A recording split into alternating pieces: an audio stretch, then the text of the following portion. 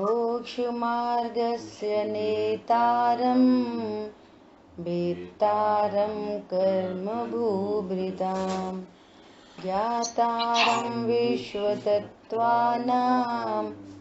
वन्दे तद्गुणलब्धये।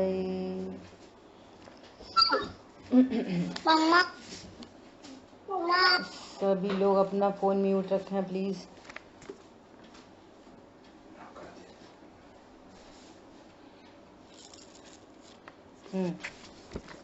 मिला आपको?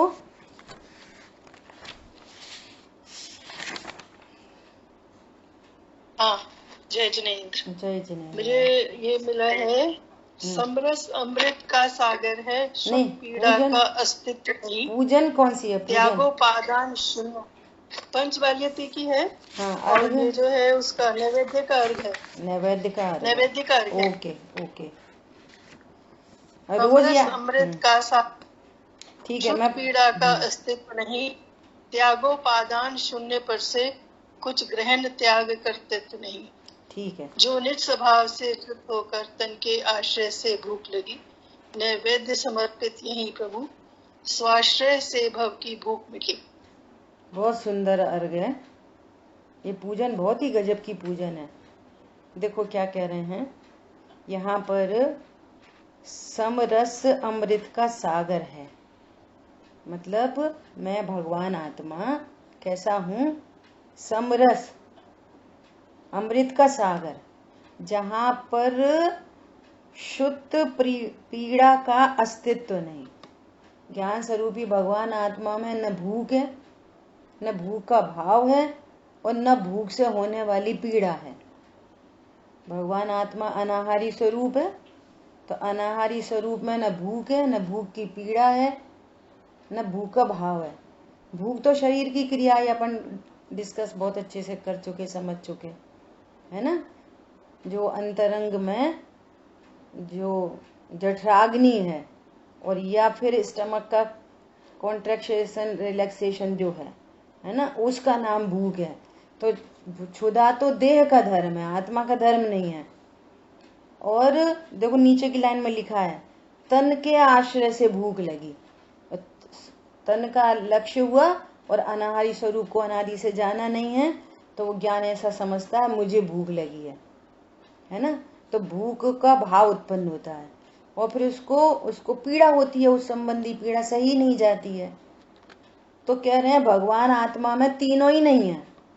और बहुत गजब की लाइन लिखी है, त्यागोपादान शून्य पर से।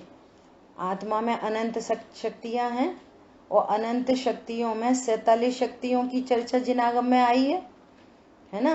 तो उन 47 शक्तियों के अंदर में एक शक्ति का नाम है त्यागोपादान शून्य, शून्यत्व शक्ति। ये शक्ति का क्या कार्य है कि उसका आगे लिखा है, कुछ ग्रहण त्याग कर्तृत्व नहीं।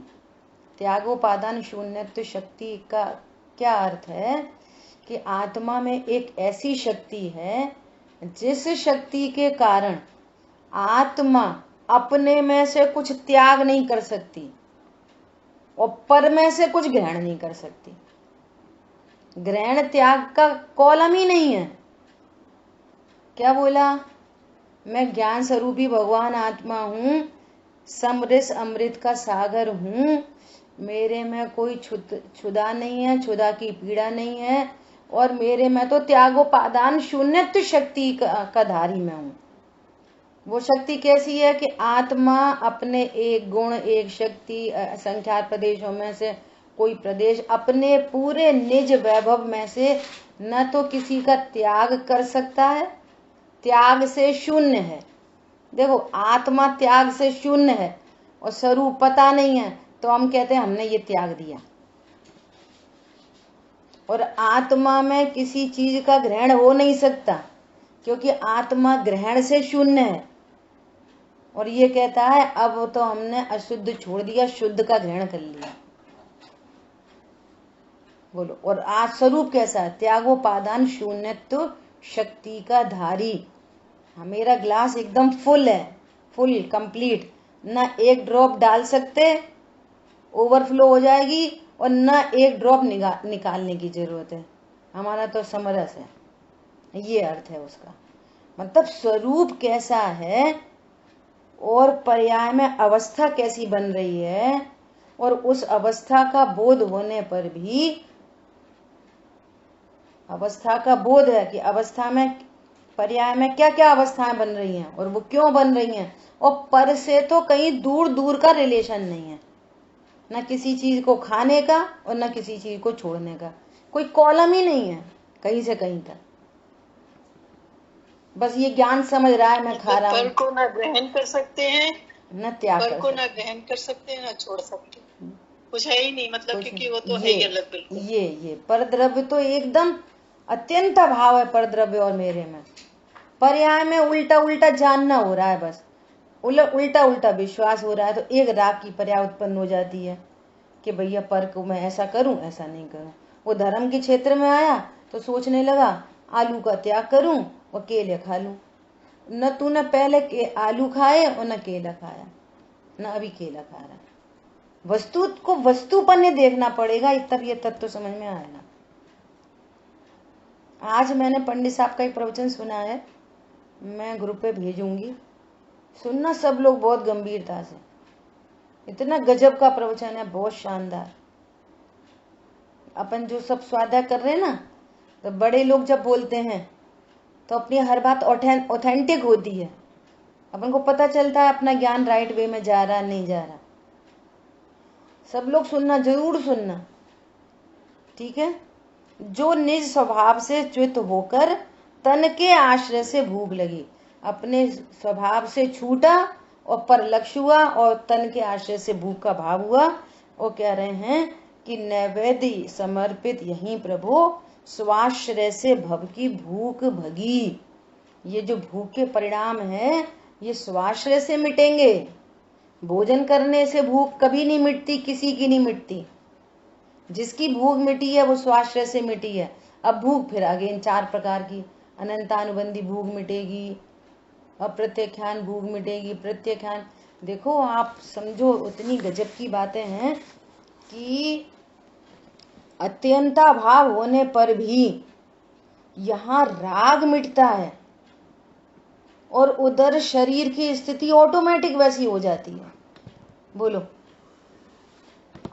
अभी घड़ी घड़ी भूख लगती है और यहाँ कषाय का अभाव हुआ तो भूख का ही भाव मिटता चला जा रहा है।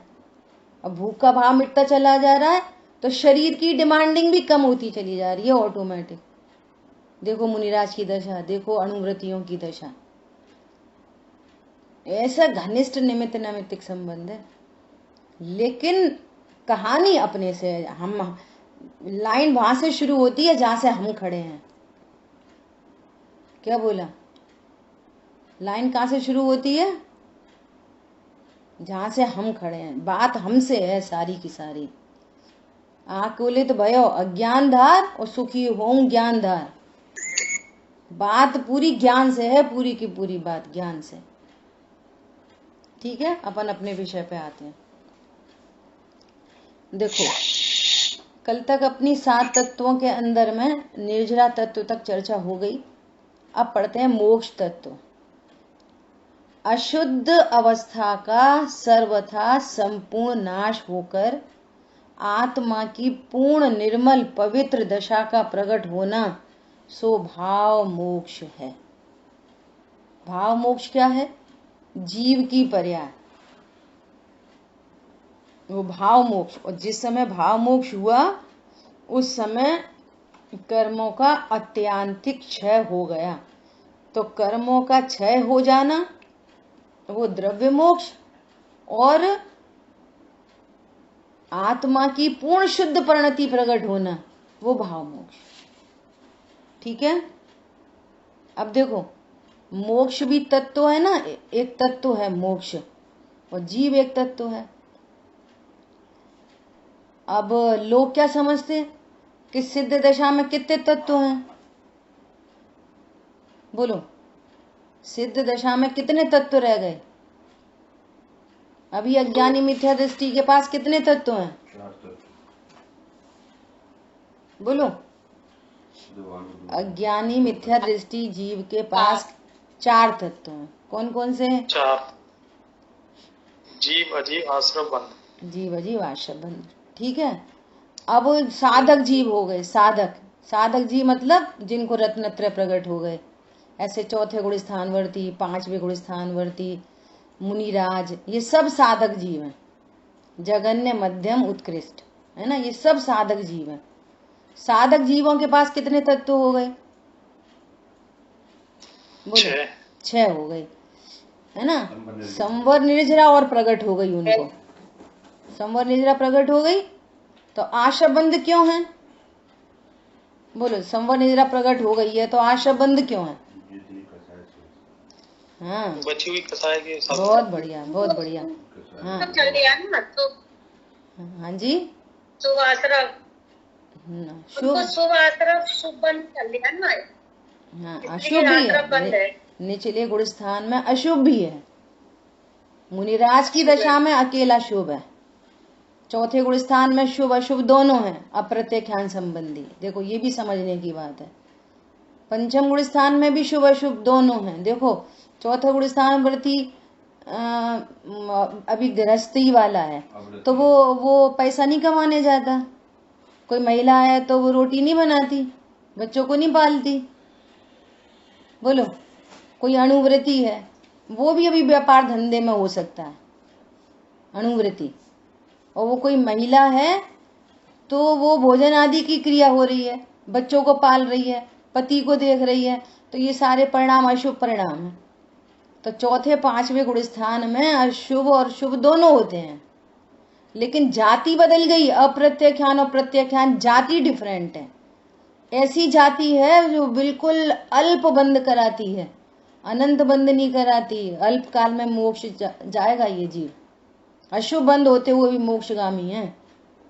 देखो सम्यक दर्शन की महिमा। अशुभ राग होते हुए भी मोक्षगामी है। मोक्षगामी क्यों है? अपने को भगवान आत्मा जानता है, बस। श्रद्धान है मैं भगवान आत्मा हूं, इसके बल पर मोक्ष मार्ग प्रशस्त है। और मुनिराज को पाप परिणाम नहीं होते, उनको संजुलन संबंधी अकेला शुभ भाव होता है। कल परसों अपन ने चर्चा कर ली थी कि भले उनको भी गमन हो रहा है, भले उनको भी आहारचर्या हो रही है ना, लेकिन वो उनका अशुभ में काउंटिंग नहीं है उसकी। क्यों नहीं है? कि वो उनकी मजबूरी में हो रही है। मजबूरी में नहीं, वो शरीर का लक्ष्य करके नहीं हो रही।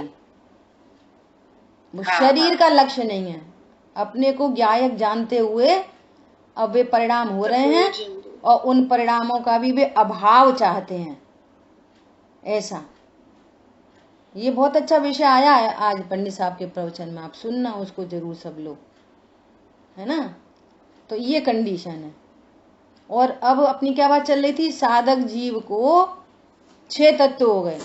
जितनी कषाय है उतना आश्रबंध। तो आश्रबंध में भी कैटेगरी चौथे गुण स्थानवर्ती के पास अप्रत्यख्यान संबंधी शुभ अशुभ दोनों।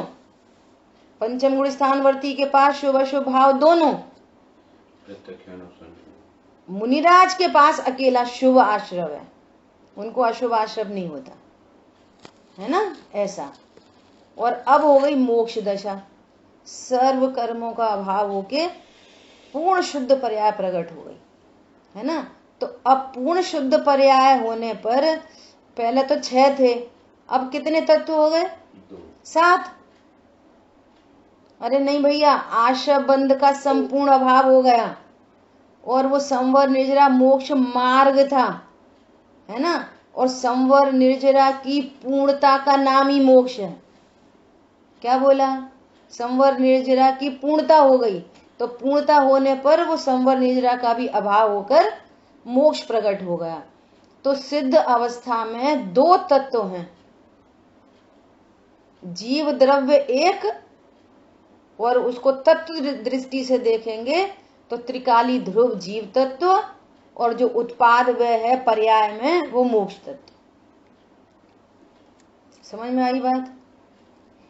और बहुत लोग ऐसा बोलते हैं कि सिद्ध दशा में एक ही तत्व है। एक तत्व नहीं है, दो तत्व है। भाव की भाषा में बात करें तो त्रिकाली ध्रुव पारणामिक भाव है, और जो मोक्ष तत्व प्रकट हुआ है वो छायिक भाव है। कर्म के क्षय की उपाधि लगी है उसमें, वो छायिक भाव। सो वहां पर पारणामिक भाव और छायिक भाव। और दूसरी बात करें कि जीव तत्व कभी अकेला नहीं होता। तुमने ध्रुव को स्वीकार किया और उत्पाद व्यय को स्वीकार नहीं किया तो तुमने कुछ नहीं जाना। जीव तत्व को जाना, क्योंकि उत्पाद व्यय ध्रुव युक्तम सत, सत्ता स्वरूप वस्तु कभी गड़बड़ नहीं होती। उत्पाद व्यय ध्रुव युक्तम सत सदा विद्यमान रहेगा। द्रव्य पर्यायात्मक वस्तु सदा ही विद्यमान रहेगी। ठीक है।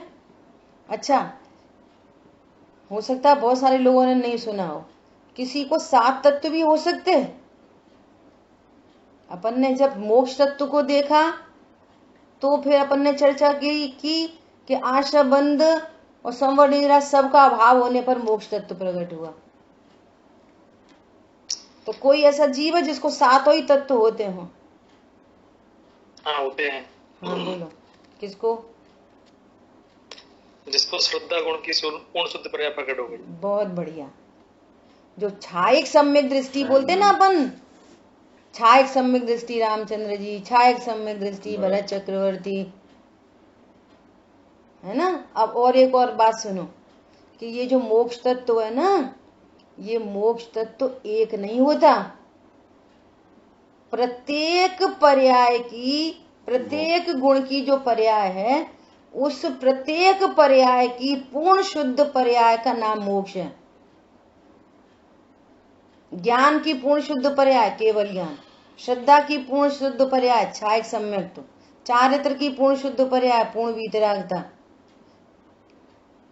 वीर गुण की पूर्ण शुद्ध पर्याय अनंत वीर। कितने मोक्ष तत्व हैं? अनंत पर्यायों के अनंत मोक्ष तत्व, और सबको कंबाइन करके कहते हैं मोक्ष तत्व प्रकट हुआ। समझ आई बात? तो छायिक सम्यक दृष्टि जीव को श्रद्धा गुण की पर्याय की अपेक्षा से मोक्ष तत्व है। चारित्र की पर्याय में आशा बंध संवर निद्रा दोनों हैं, और जीव तत्व और अजीव तत्व तो है ही विद्यमान। ऐसे सात के सात तत्व हो जाते हैं छायिक सम्यक दृष्टि जीवों के पास। समझ में आया? ठीक है, आगे बढ़े। अभी देखो मोक्ष तत्व का सेकंड पॉइंट, थर्ड पॉइंट, अब थोड़ा अच्छा पॉइंट आ रहा है। अच्छा बुआ जी, छायिक सम्यक दृष्टि जी तो सिद्ध भगवान के बराबर हो गए क्या? हाँ अच्छा प्रश्न। श्रद्धा गुण की पर्याय से ये आपकी जिन शासन में कोई भी बात आपकी तब सही है जब आप उसकी अपेक्षा को भली भांति समझ रहे हो। जैसा अभी अजय भैया ने बोला, श्रद्धा गुण की अपेक्षा से हम में और सिद्ध भगवान में फिर कोई अंतर नहीं है यदि हम छायिक सम्यक दृष्टि है। मालूम है? इसीलिए समय सार जी की 31 नंबर की गाथा में क्या कहा? चतुर्थ गुणस्थान वर्ती को क्या कहा? जिन संज्ञा दे दी। जिन, जिसने अपने को भगवान आत्मा स्वीकार कर लिया वो ऐसा ही भगवान आत्मा स्वीकार कर रहा है अपने आप को, जैसा केवली परमात्मा अपने को भगवान आत्मा स्वीकार कर रहे हैं। केवली भगवान की श्रद्धा गुण की पर्याय से पूछो कि आप कौन हो, तो वो क्या बोलेगी? त्रिकाली ध्रुव हूं। और मति शुद्ध ज्ञानी की श्रद्धा गुण की पर्याय से पूछो, और अपना सम्यक दर्शन का विषय तो बहुत चल गया। औपशमिक सम्यक दर्शन में निश्चय सम्यक दर्शन क्या है? मैं आत्मा हूं। छायोपशमिक में मैं आत्मा हूं, और छायिक में बोलो प्रीति, पॉइंट समझ में आ रहा है? अपने ये तीनों चर्चा पहले ही हो गई।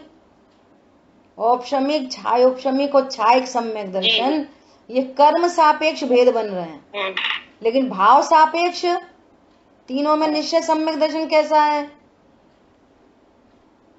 एक जैसा है। एक जैसा। तो भगवान की श्रद्धा छायिक सम्यक तो है, और हमारी श्रद्धा औपशमिक सम्यक दर्शन है तो औपशमिक श्रद्धा, कभी सापेक्ष कह दो, और छायोपशमिक है तो छायोपशमिक श्रद्धा कह दो। लेकिन श्रद्धा तो दोनों की एक जैसी हो गई। समझ आई बात? ऐसी बात है। ऐसे ज्ञान की अपेक्षा से भी कहते हैं, हम अपने अल्प ज्ञान से अपने को कह रहे हैं मैं ज्ञायक हूं, और वे अपने केवल ज्ञान से कह रहे हैं मैं ज्ञायक हूं। अच्छा, केवल ज्ञान में तो अनंत गुण, अनंत शक्ति, असंख्या प्रदेश सब झलक रहे हैं, हमें तो कुछ भी नहीं झलक रहा। 12वें गुण स्थान तक आत्मा दिखती नहीं है, हमें तो कुछ नहीं झलक रहा, उन्हें तो सब झलक रहा है। तो हमारा ज्ञान उनका ज्ञान कैसे एक जैसा हो जाएगा? तो उसकी भी अपेक्षा है कि हमको प्रदेश प्रत्यक्ष नहीं हुए, लेकिन वेदन प्रत्यक्ष तो हो गया ना। अंधा अंधा है और मिश्री खाए तो वो क्या बोलेगा? उसको मिश्री दिख नहीं रही, लेकिन उसको तो मिठास आ रही है ना पूरी की पूरी। और ये आंख वाला मिश्री खा रहा है तो उसको भी मिश्री, दोनों का स्वाद कैसा है? दोनों को अंधा व्यक्ति मिश्री खाए सेम आएगा। तो वो आंख वाला मिश्री खा रहा है, उसको स्वाद भी आ रहा है और वो देख भी पा रहा है। और मति शुद्ध ज्ञानी देख नहीं पा रहा, स्वाद वैसा ही आ रहा है जैसा भगवान को आ रहा है। इसलिए सम्यक दर्शन प्रकट होना मतलब कोई बहुत अपूर्व कार्य, अब उसमें और भगवान में कोई अंतर नहीं, इतनी बड़ी बात हो जाती है। किसकी अपेक्षा से? श्रद्धा और ज्ञान की अपेक्षा से। अब जो थोड़ी कमी है ना, वो चारित्र में चूंकि क्रम पड़ता ही है, सो उसकी कमी है, और वो कमी बड़ी चीज नहीं थी। वो कमी कोई बड़ी बात नहीं है, वो कमी। दीदी एक प्रश्न पूछना था। हाँ, एक ये जो आपने हाँ बोलिए। शुद्ध मोक्ष तत्व का बताया था, तो ज्यादातर पर्याय तो शुद्ध है और कुछ पर्याय अशुद्ध है, तो इसमें कैसे लगाते हैं कि मोक्ष तत्व प्रकट हुआ जो पहले से शुद्ध है? हाँ, बहुत अच्छा। देखो ऐसे ज्ञान काम करता है ना। अब देखो, पहले से ऐसा विद्वानों के द्वारा आगम में ऐसा कहा जाता है, गुरुदेव श्री ने भी इस वाली बात की चर्चा की है कि आत्मा में अनंत अनंत गुणों की अनंत पर्याय शुद्ध है। अशुद्धता खाली 20-21 पर्यायों में है बस। यूज मटेरियल शुद्ध है, पर्याय में भी शुद्ध है। समझ आई बात? अब मोक्ष मार्ग का रिलेशन किससे है? जो बहुत बड़ा पार्ट शुद्ध है ना, उससे रिलेशन नहीं बनता। रिलेशन किससे बनता है? ज्ञान, श्रद्धा, चारित्र। वो सब मटेरियल शुद्ध, जो बाकी मटेरियल शुद्ध है, वो शुद्ध मटेरियल से क्या लाभ होता है कि वस्तु बनी रहती है। लेकिन हमारा ज्ञान बनी बनाई वस्तु को स्वीकार नहीं कर रहा, इसलिए तो दुख उत्पन्न हो रहा है। तो वस्तु पूरी शुद्ध बनी रहने पर भी तुम्हारे ज्ञान में जब तक वस्तु नहीं आएगी तब तक तुम सुखी नहीं हो पाओगे। इसलिए मोक्ष मार्ग और मोक्ष के एंगल से फिर सबको शुद्ध कहा जाता है। अभी ऐसा नहीं कह सकेंगे कि अपनी और बहुत सारी पर्याय तो शुद्ध है तो मोक्ष तत्व तो अभी से मानो, तो अभी से नहीं मोक्ष तत्व मान पाएंगे जब तक तुम अनंत सुखी नहीं हो जाओगे। अब देखना जैसे अस्तित्व गुण है, तो बोलो अस्तित्व गुण की जो पर्याय है वो अभी शुद्ध है कि नहीं? बोलो, लॉजिक से बात करो, एकदम लॉजिक से। अस्तित्व गुण का क्या काम है पना, एग्जिस्टेंस। यदि अस्तित्व गुण की पर्याय विकारी हो जाए तो एग्जिस्टेंस मिट जाएगी, है पना नहीं सुरक्षित रहेगा। इससे पता चलता है कि अस्तित्व गुण की पर्याय शुद्ध है, तब तो वस्तु बनी हुई है। वस्तुत्व गुण की पर्याय शुद्ध है, कैसे पता चला? वस्तु देख लो, तुम जानो या मत जानो, प्रयोजन भूत कार्य जानना प्रति समय हो रहा है। तो अपने को देह जानो तो भी वस्तु तो गुण अपना सही काम कर रहा है। अभी त्याग उपादान शून्य शक्ति की बात करी, तो तुम खूब जानो मैंने इसको ग्रहण किया, इसको त्याग किया, लेकिन वस्तु तो त्याग उपादान शून्य शक्ति का धारी है। तो किसी का न त्याग करता न ग्रहण करता, उसके सम्यक परिणमन है। अगुरु लघुत्व शक्ति का सम्यक परिणमन चल रहा है। सम्यक नहीं कह सकते, शुद्ध परिणमन कह सकते हैं। सम्यक शब्द जो मिलता है ना, वो श्रद्धा सम्यक होने पर तब वो सम्यक विशेषण मिलता है। इसलिए वो मोक्ष तत्व नहीं कह सकते, भले शुद्ध परिणमन हो रहा है। मोक्ष तत्व का रिलेशन तो बनेगा ज्ञान श्रद्धा चारित्र की पूर्ण शुद्धता प्रकट होने पर।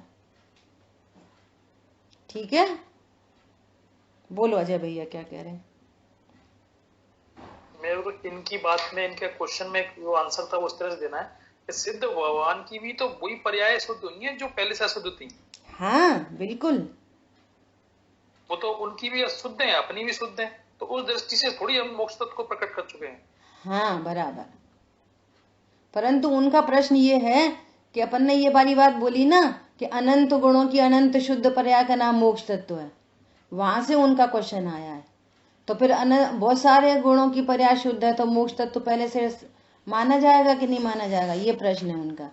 इसमें तो कुछ पर्याय, तो वो शुद्ध होते हुए भी मोक्ष तत्व नाम नहीं पाएगा। मोक्ष तत्व का रिलेशन ज्ञान श्रद्धा चारित्र वीर्य से है, क्योंकि इनकी अशुद्धता होने के कारण जीव सुखी नहीं है, शुद्धता होने पर भी सुखी नहीं है।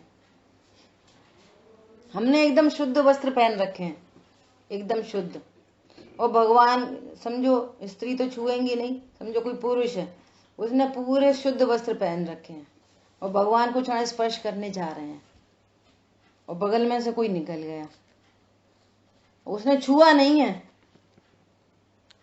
लेकिन ऐसा लगा कि छू गया, तो ऐसा लगते से ही टेंशन चालू हो जाएगी। मेरे को क्या बात याद आ रही है, एक बार अमाइन गए, तो अमाइन में सर्दियों का टाइम था, तो आगे ब्रह्मचारी बहनें बैठी हैं और पीछे है एक टेबल लगा के, चौकी बड़ी वाली जैसे बच्चे पढ़ते हैं ऐसी चौकी लगा के, और फिर हम लोग बैठे हैं पीछे। अब हम लोगों के कपड़े अशुद्ध हैं और उनके कपड़े शुद्ध हैं। वे अब घड़ी घड़ी थोड़ी वे कपड़े बदलती रहेंगी, वे तो दिन भर शुद्ध रहते हैं। वे लोग अशुद्धता करते ही नहीं है वे लोग। जैसे मान लिया उन्हें से सोना लेटना हो तो वो बेड के ऊपर चटाई बिछा कर सो जाएंगे। अच्छा सर्दियां हुआ ओढ़ना हो तो चटाई के ऊपर उनका एक कंबल होएगा, वो कंबल शुद्ध वाला, वह दिन में उसी को ओढ़ेंगे। तकिया पकिया का कोई काम नहीं है, कोई मोटा चादर ले लिया फोल्ड करके उसका तकिया बना लिया और वो मोटा कंबल वो ओढ़ लिया और उसको फोल्ड करके रख दिया, दिन के कपड़े दिन के ऊपर, और फिर रात के कपड़े रजाई भजाई निकलेगी। अच्छा वो दिन भर भी लोग शुद्ध रहते हैं, है ना। तो अब क्या हुआ कि हम बैठे तो हमने ऐसा करके अपना बैग रखा उधर।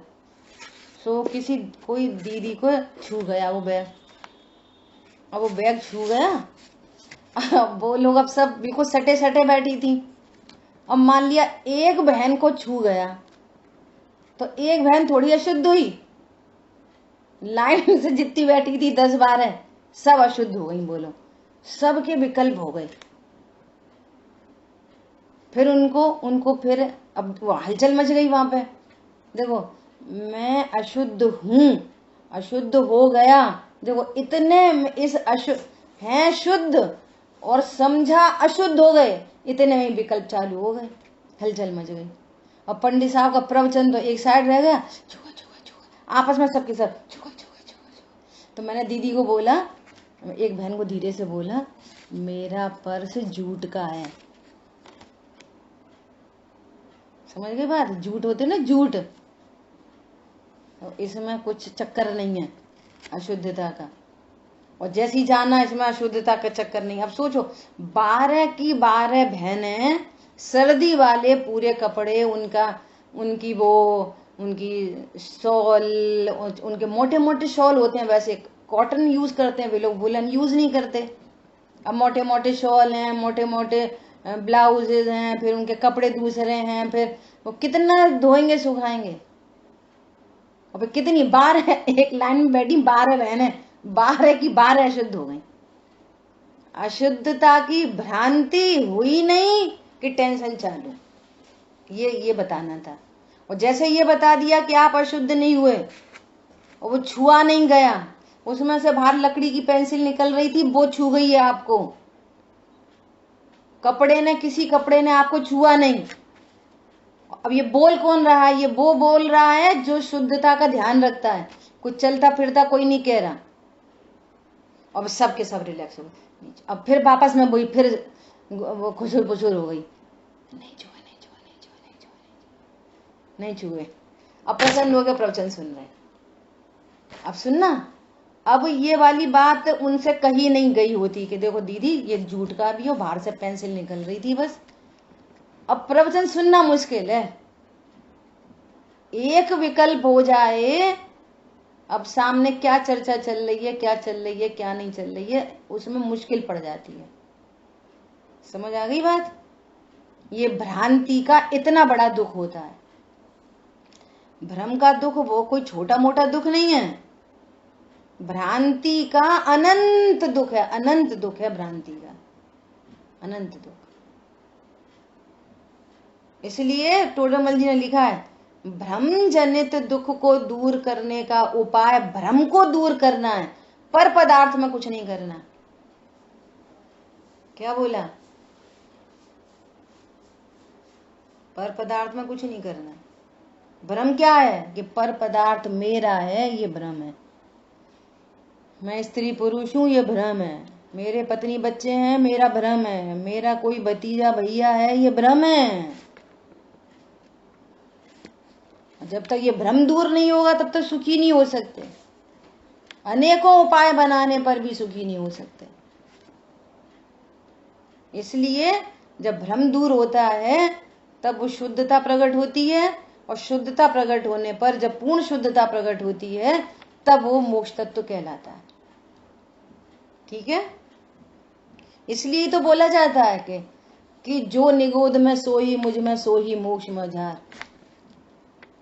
इसलिए कितना बड़ा एग्जाम्पल दिया जाता है। इतना अथाह जल राशि का समुद्र है और उसमें एक लकड़ी गिरी है जरा सी, समझो 3 छोटी छोटी दिया सलाई की काड़ी गिरी है, 3 पत्ते गिरे हैं, 4 पत्ते गिरे हैं, हम कह रहे हैं पूरा समुद्र अशुद्ध हो गया। बोलो, 4 पत्ते गिरने पर पूरा समुद्र अशुद्ध हो गया। कितनी सी अशुद्धता है, उसको गौड़ करके भगवान आत्मा देखो। हमारा लक्ष्य कहां पे जाता है? अशुद्धता ही अशुद्धता, अशुद्धता ही अशुद्धता देखने में। बोलो, शाश्वत देव नहीं देखा। अपने को भी वहीं से क्षणिका पर्याय से की प्रीति और दूसरे को भी क्षणिका पर्याय की प्रीति। इसलिए ये जो सम्यक दृष्टि के 8 अंग है ना, ये 8 अंग सम्यक दर्शन प्रकट होने से पूर्व परिणति में आ जाते हैं। अरे किसी का दोष दिख भी जाए तो उसको ढकना और स्थितीकरण करना समय पड़ते, कभी मूढ़ता नहीं रखना देवशास्त्रु के प्रति। हाँ, होते होंगे गुरु ऐसे, हमने देख लिए। उफ, सम्यक दर्शन के अपात्रो, इतने से दोष को तो हाईलाइट करना है। इतना सा दोष। बोलिए। यहाँ पे ये भी तो अपन ले सकते हैं कि मान लो जो आपने बोला भ्रम को दूर करना सुखी होने का उपाय है, तो मैं भगवान आत्मा पर और पर्याय रूप कभी हुआ ही नहीं। ऐसा ले सकते। यही तो लेना है, मैं पर और पर्याय रूप हूँ, यही तो भ्रम है। भ्रम है तो दुख है। वो भ्रम नहीं, अब वो भ्रम है ना, भ्रम तो एज इट इज बना रहता है और ये लक्ष्य बदल ले। लक्ष्य बदल ले, तो लक्ष्य बदलने पर ऐसा लगता है नहीं अब तो सही हो गया, अब भ्रम वहीं के वहीं बना रहा, ये परद्रव्य मेरा है, ये भ्रम तो वहीं के वहीं बना रह गया।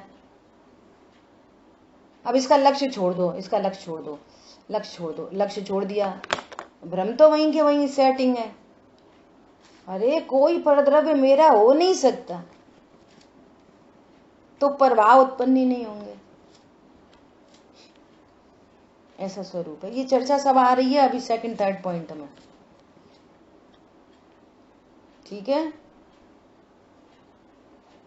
देखो इतने जनरल जनरल, जैसे जब हम लोग एमबीए बिजनेस करते थे तो इतनी छोटी छोटी बात है तो वहीं एजुकेशन देते हैं लोग वहीं पे ही, क्या डोंट क्रिटिसाइज, डोंट कंप्लेन और डोंट कंडम, 3C। तो don't do 3C, never do 3C। कभी किसी से कंप्लेन मत करो, किसी को क्रिटिसाइज मत करो, किसी को बुरा मत कहो। बोलो, ये तो एकदम जनरल उसमें बोलते हैं, समझ आई बात। ऐसे यहाँ पर अरे ये जो कुछ विकार दिखाई दे रहा है तो ये पर्याय में है, अब पर्याय से अभेद करके द्रव्य को क्यों देख रहे? द्रव्य तो शुद्ध, इतना ह्यूज मटेरियल शुद्ध तत्व है। बोलो, अथाह जल राशि शुद्ध है, 4 पत्ते क्या पेड़ के गिर गए तुम तक कहने लगे पूरे ही समुद्र अशुद्ध है। और उस समुद्र की अथाह जल राशि, रत्न राशि, रत्नों से भरा हुआ समुद्र की दृष्टि करोगे, पत्ते कहाँ दिख रहे? वे पत्ते दूर हो जाएंगे, ऐसा स्वरूप है। लेकिन हमको क्या करना है, वो दोष को ही हाईलाइट, दोष इतना हो तो उसको और हाईलाइट करके बहुत बड़ा बनाना है, और अच्छाई बहुत हो तो उसको इतनी सी कहनी, हाँ तो क्या हो गया, अच्छाई में क्या हो गया, और बुराई में ओ हो हा हा हा हा। सम्यक दर्शन की पात्रता नहीं आएगी। इतनी गजब की बात है, ठीक है। और देखो एक बात, अभी अपना आगे तो इतनी चर्चा ही ठीक है, आज अपना विषय आगे नहीं बढ़ा, अपन कल करेंगे सेकंड थर्ड पॉइंट पे चर्चा। देखो एक बात और कहनी थी लाइव, हाँ मीनल बहन जी को कुछ कहना है, बोलिए। आवाज नहीं आ रही आपकी।